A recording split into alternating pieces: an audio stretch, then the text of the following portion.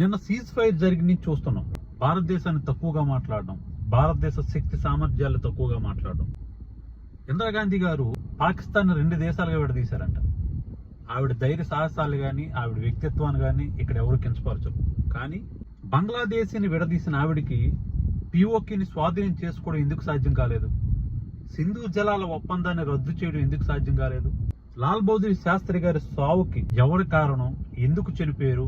ఆ దేశం పైన యుద్ధం ఎందుకు చేయలేకపోయాం మనం? ఎప్పటి పరిస్థితులు అప్పుడే. 1971 నాటి పరిస్థితులు ఈ రోజు లేవు. పాకిస్తాన్ ఒక పిచ్చుకొక్క దేశం, అడుక్కు తినే దేశం. మనం అద్దాల మేడలో ఉంటే వాళ్ళు రోడ్డు మీద ముష్టి అడుక్కునే దేశం. అది పాకిస్తాన్కి సంబంధించిన 12 ఎయిర్ బేస్ని, చైనా నుంచి తెచ్చుకున్న రాడార్ వ్యవస్థని, 9 ఉగ్ర స్థావరాల్ని, 100కు పైగా ఉగ్రవాదుల్ని, చైనాకు చెందిన J-17ని, పాకిస్తాన్కి చెందిన F-16 యుద్ధ విమానాలు, 5 యుద్ధ విమానాలని భారతదేశమే కూల్చింది.